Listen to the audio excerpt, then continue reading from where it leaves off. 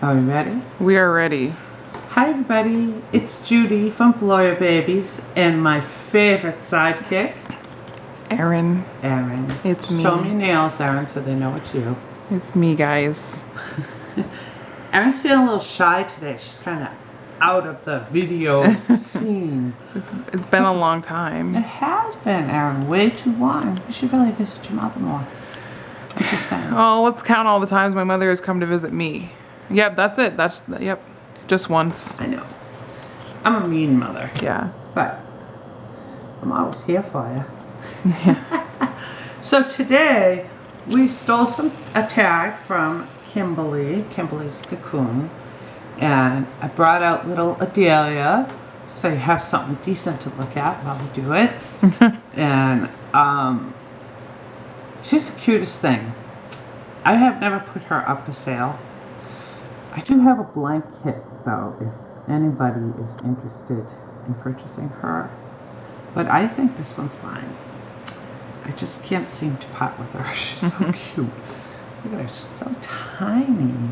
She's a preemie size. She's got the tiniest little head. She's just so beautiful. Just sitting there, hanging out. And you know she never gives me a moment of trouble. Unlike Erin.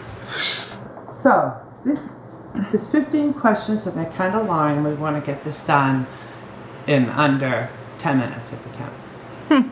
So, A little ambitious there, but first question goes to Erin. when you are leaving the house, what is the one thing you can't do without? Other than, the keys and the phone and all that, I would say, I gotta say goodbye to my cats. I cannot leave without saying like, bye boys, or, so there's that. Well, when I'm leaving the house, I can't do it without my pocketbook. I don't have a phone, but I do need my pocketbook. Of course, I'm usually driving because we live out in the middle of nowhere. So, of course, I need my keys, but I need my pocketbook for my license and any money I may have scratched. Okay, number 2. When was the last time you really cried? Right now, apparently. Last time I really cried. I don't know. You go. When my mother died. That's the last time you really cried? 1998. Lord almighty. Yeah, I am not a crier, which is surprising considering when I was a child, I spent all day crying. Look at he did, because I was the youngest. Youngest child syndrome. Yeah, the youngest ever was, hitting me or calling me names, and I'd go running and crying, and it's pretty amazing that I'm not a crier now. So yeah, 1998, April 8th. Mine was probably the other day, getting some news that I guess we'll have to go into within. What about your sunburn? Did you cry as much the other day as you did for your sunburn? No. That. Listen, we found out that was a legitimate thing. I got a sunburn that was so bad, and they call it the Hell's Itch or something. Yeah, and it was on my back. That didn't have a sunburn. No, it's from your sunburn. It's such a bad sunburn that like it starts attacking you, and there's nothing you can do to make it better, and it's literally excruciating. It's a real thing. You should Google it. Hell's Itch. Okay, I will. So the other day, I got some news. Well, I can talk about that. Do that one the next time. That's coming. Yeah. So the sunburn peeps. I'm sure she's cried since then. Not like that. No, not like that. And Kevin and I were sitting there. We're putting like towels of white vinegar on her and ice and whatever we could find. We were just throwing it all at her. Kitchen sink, anything. And she's like screaming. And it seriously felt like someone was repeatedly stabbing me in the back with the sharpest knife. It was Kevin horrible. And I almost did that. Yeah. Just saying. What is the best memory that makes you smile when you think about it?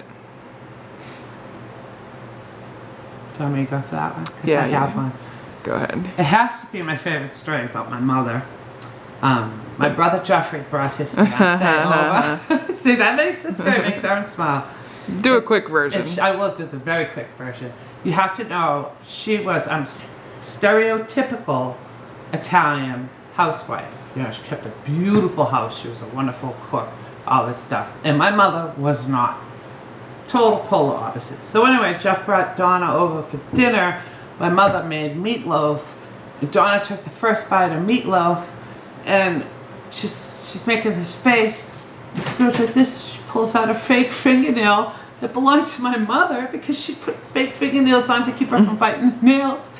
And we were all dying, and Donna looks like she's gonna throw up. And my mother's standing there, she doesn't know what to do, so all of a sudden she reaches over and takes the fingernail out of Donna's hand and says, I've been looking everywhere for that. That's my favorite mom story. I laugh every time. That's so funny. Okay, mine would probably be on New Year's Eve of 2011. So it was the year 2011. We were about to go into 2012, and it's probably my fondest memory of me and my husband Kevin. We were in a movie, but we decided that we hated the movie, so we just left, and then we didn't really know where to go, but my dad would not let us be alone, even though I was 20 at the time. Hey, almost don't blame 20. me. My dad would not let us be alone, so we went to the back seat of my car, but it's not what you're thinking. We just sat there and we watched the fireworks from the back seat, and we just talked about life. It was probably one of the best conversations I've ever had in my life. And yeah, it was just like super romantic and really nice, something I like to think about every so often. Nice. Yeah. So, what is your recent obsession? Funny, we were just talking about this. Yeah. Erin says there's a little concern that maybe becoming a hoarder of fairy garden stuff. It's not a little concern, it's a major concern. Oh, come on. I just have a few things. Yeah. All right. A whole garage full Come of on, things. You can no see the sir. door is about to bust I'm through a there. semi-hoarder. I also hoard baby clothes. Yeah. And maybe babies and dog kits. Yeah. But that's all. My recent obsession's probably... She made a fairy garden too. Yeah, but I'm not obsessed with it. I don't know. I think maybe like... Being healthier? No, I'm not You haven't become obsessed. Definitely obsessed not with that? obsessed with that. Huh? No. I don't know. Our nails. I'm not It's always really- her nails. Yeah, I'm not really obsessed with that. I'm not really obsessed with anything anymore. Wow. I'm just a shell of who I used to be. Who are you? Who's my daughter? Yeah. I think I'm obsessed with my cats. That could be. But they're worth being obsessed about. Yeah. They're so cute. What is your greatest fear? Which is gonna break a nail. Yeah. My greatest fear is dying, for sure. Always has been. Yeah, they'll grow out of that. I don't think so. I've always been scared of that. My greatest fear is being sick and not being able to care for myself. What illness do you suffer from daily? I suffer from multiple sclerosis. And I'm starting to suffer from old age. I'm suffering from your old age, too. Yeah, well, we're all doing a little suffering It's there. not going great. Yeah, it's not doing well there. But yeah, I suffer from multiple sclerosis. So some days I really do suffer. Today, not so much. Yeah. I'm grateful for a beautiful day. Yes. Now, Erin, on the other hand. So I guess this kind of ties into when was the last time you really cried? Well, so a few days ago I was diagnosed officially with PCOS, polycystic ovarian syndrome, which can cause a whole gamut of problems, but most notably the problem that I have recently is insulin resistance. So What was that? I didn't quite hear it. insulin resistance. Insulin resistance. Yeah. Okay. So that's just been an adjustment that I've had to make, but I'm fine. I'm not dying or anything like that. So No, I won't let her. no. So it's not that serious. It's just an adjustment. Yeah, and you're used to your body working. Yeah, I'm used to always being able to say, well, at least I don't have health stuff that I have to worry about. So Yeah. now I have like a condition that I have to disclose to doctors, and that's just like a weird thing to think about for me. Yeah. And it actually is going to play a big part in your life as you manage it. Yeah. It's not just something like, I got a hangnail. I could get that fixed. Yeah. So, yeah. So, It'll be okay though. what is your favorite car? Corvette. Lame. I'm ready for my Maserati. That's all I know. Or my Tesla. I think Corvettes will be cool. We'll see what happens. What car did you drive when you were 16 or your first car? Do you even remember the answer to this? I 'Cause that was a long time do. ago. It was my father's. I think it was. 1833. No, he gave that one to Jerry. Okay. It was, I believe, the year was 1970. Maybe it was a 69. 1971. Chevy Nova. Wow. That thing was a tank. But that was my first car. And although I got my license when I was 16 or 17, I didn't actually drive till I was 18. And my father was stopping his driving and he let me take his car. So the first car I ever drove was a Durango, and that was horrible. That was a tank, Oh, and I had to back out of the driveway, and it was not a good time. My first car that was mine was a 2005 Ford Focus. Her name was Red. She was deeply cherished and loved, but last year, unexpectedly, yeah, she was about that color. And last year I was at a red light, everything was normal, and then all of a sudden she would not drive anymore. And it turns out that my transmission had completely died on me, even though there were no signs. But yeah, so I did not want to spend $3,000 replacing that on such an old car. So now I have a different car, thanks to my mommy. She sold me her wow. car. Yeah, she sold me her car. 2008 Ford Focus, so. yes.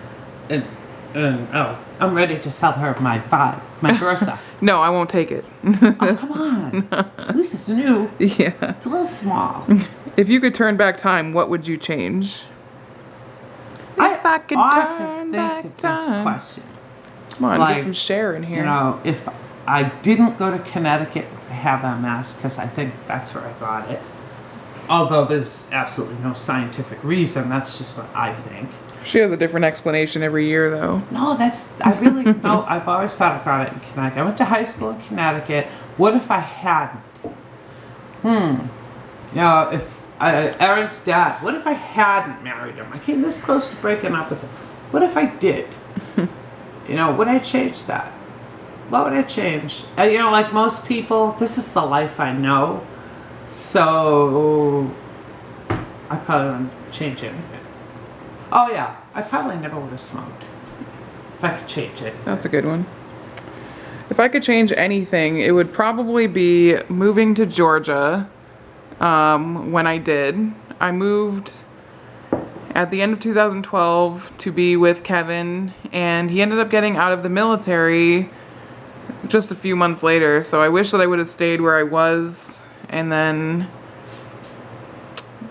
he would have moved back there because he was from there as well, and we wouldn't have gone through like some of the hardships that we've had to go through, like money problems and all that. But there's positives to it as well, but there's also a lot of negatives. I think my life would be a lot different. That means your father was right. No. He was right for the wrong reasons. But he was still right. He said it was because we barely even knew each other, but that obviously wasn't a problem because it's been almost 4 years now since I moved in with him. So maybe I shouldn't have moved so quickly, only 9 months into the relationship, but But you had to. yeah, I mean, Who knows what would have happened if you weren't there? You could have killed your father in his sleep. yeah. You were really kind of on the verge there. For Was a while. I don't remember that, but You had a little anxiety. yeah. That apartment was getting smaller and smaller. Yeah. And, But I didn't know that Kevin would be getting out of the military when he did. It was unexpected, so. man. Who has made a major impact on your life? Besides your mother, who birthed you. Definitely Kevin.